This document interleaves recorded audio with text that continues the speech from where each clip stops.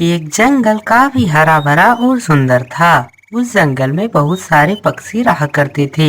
उसी जंगल में एक टूनी नाम की चिड़िया अपनी माँ रानी चिड़िया के साथ रहा करती थी। टूनी चिड़िया के पास जंगल में एक छोटा सा खेत था। टूनी चिड़िया ने उस खेत में आम के पेड़ लगा लिए थे। टूनी चिड़िया के आम जंगल के सभी पक्षियों को बहुत ही अच्छे लगते थे। टूनी चिड़िया उन आमों को बेचकर बहुत सारे पैसे कमा रही थी। टूनी चिड़िया ने आम के फल बेचकर एक बड़ा सा घर बना लिया था। टूनी चिड़िया अपने खेतों में बहुत ही मेहनत किया करती थी और अपनी माँ के साथ खुशी से रह रही थी। उसी जंगल में एक कालू कौवा भी आम की खेती किया करता था। कालू कौवे के आम टूनी चिड़िया के आम से कम स्वादिष्ट थे, क्योंकि कालू कौवा अपने आम के पेड़ों पर बहुत ही कम मेहनत किया करता था। इस वजह से जंगल का कोई भी पक्षी कालू के आम नहीं खरीदता था। कालू कौवा आम का कारोबार नहीं कर पाने की वजह से हर रोज गरीब होता जा रहा था और उस पर कर्ज का बोझ भी बढ़ता जा रहा था। कालू कौवा अपनी इस गरीबी की वजह टूनी चिड़िया को मानता था और इसी कारण कालू कौवा टूनी चिड़िया से नफरत किया करता था।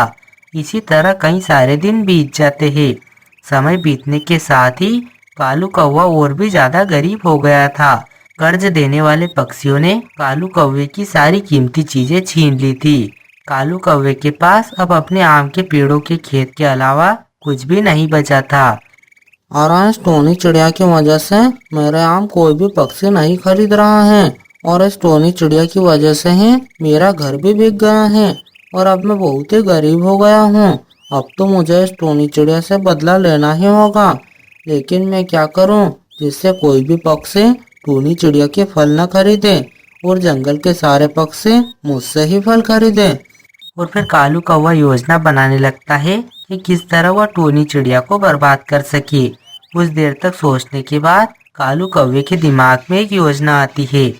अरे हाँ, अगर मैं इस टोनी चिड़िया के आम के पेड़ों को किसी तरह सुखा दूँ तो फिर जंगल के सारे पक्षी मुझसे ही आम के फल लिया करेंगे और मैं फिर से पहले की तरह अमीर हो जाऊंगा।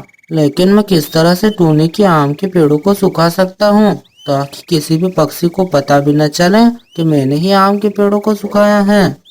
और फिर कालू कौवा सोचने लगता है कि वह टोनी चिड़िया को किस तरह बर्बाद करे।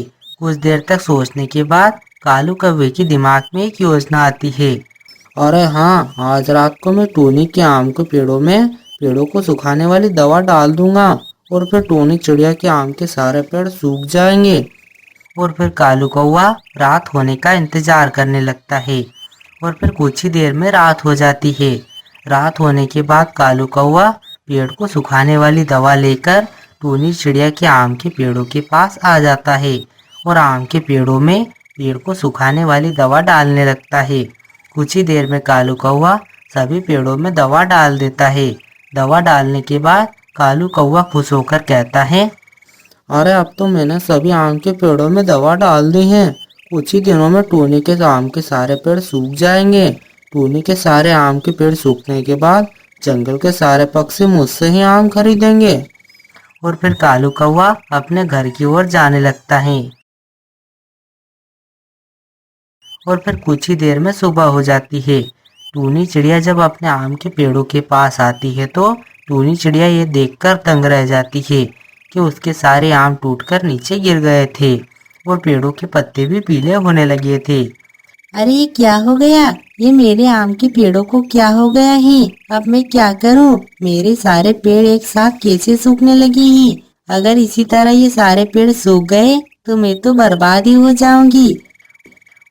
और फिर इसी तरह कई सारे दिन बीत जाते हैं। कुछ ही दिनों में टूनी चिड़िया के सारे आम के पेड़ सूख जाते हैं। अरे माँ, अब मैं क्या करूं? हमारे सारे पेड़ सूख गए हैं। इन आमों को बेचकर ही हमारा घर चलता है। अगर हम आम की खेती ही नहीं कर पाएंगे तो फिर हमारा घर कैसे चलेगा? माँ, अब हम क्या करें?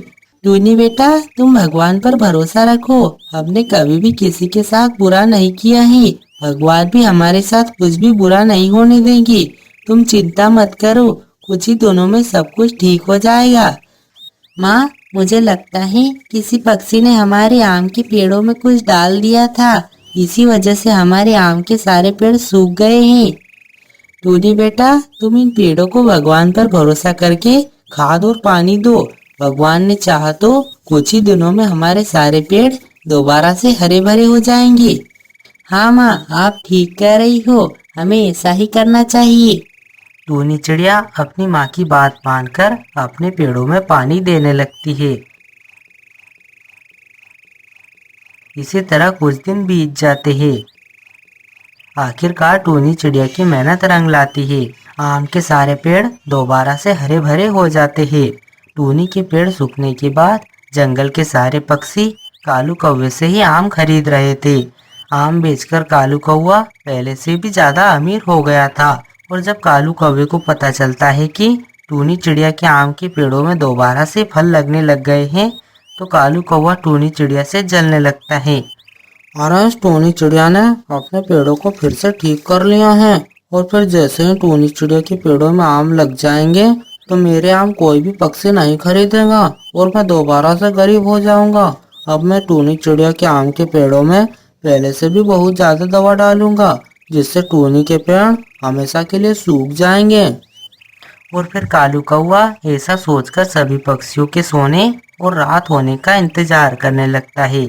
कुछ ही देर में रात हो जाती है। रात होने के बाद कालू कौवा टूनी चिड़िया के आम के पेड़ों के पास आ जाता है। टूनी चिड़िया ने पहले से ही अपने पेड़ों में जाल लगा दिए थे। कालू कौवा जैसे ही पेड़ों में दवा डालने लगता है, पेड़ों पर लगे जाल में फंस जाता है। जाल में फंसने के बाद कालू कौवा जोर जोर से चिल्लाने लगता है। अरे अरे कोई बचाओ मुझे इस जाल से। कालू कौवा पूरी रात इसी तरह चिल्लाता रहता है, लेकिन उस कालू कौवे की चीख सुनने वाला वहां आसपास कोई भी नहीं था। और फिर सुबह हो जाती है। सुबह होने के बाद टूनी चिड़िया अपने खेत पर काम करने के लिए आती है। खेत पर आने के बाद टूनी चिड़िया कालू कौवे को जाल में फंसा हुआ देखकर सब कुछ समझ जाती है। अरे कालू कौवे, तुम हो जिसने पहले भी मेरे आम के पेड़ों में दवा डालकर उन्हें सुखा दिया था। मैंने तुम्हारा क्या बिगाड़ा था जो तुमने मेरे साथ ऐसा किया? अरे अरे टूनी, तुम मुझे माफ कर दो, मैं आगे से ऐसा कुछ भी नहीं करूँगा। अरे कालू कौवे, अब तो तुम माफी तोते महाराज से ही मांगना। मैं अभी तोते महाराज को बुलाकर लेकर आती हूँ। और फिर टूनी चिड़िया तोते महाराज के पास जाने लगती है। कुछ ही देर में टूनी चिड़िया तोते महाराज को लेकर आ जाती है। कालू कौवे, तुमने अपने स्वार्थ के लिए टूनी को बर्बाद कर दिया था। मैं तुम्हें इसके लिए 1 साल तक जेल में रहने की सजा सुनाता हूँ। और फिर तोते महाराज कालू कौवे को 1 साल के लिए जेल में बंद कर देते हैं। कालू कौवा अपनी गलती पर पछताने के अलावा कुछ भी नहीं कर सकता था। और वहीं टूनी चिड़िया फिर से जंगल में आम के फल बेचकर दोबारा से अपनी माँ के साथ खुशी खुशी अपना जीवन जीने लगती है।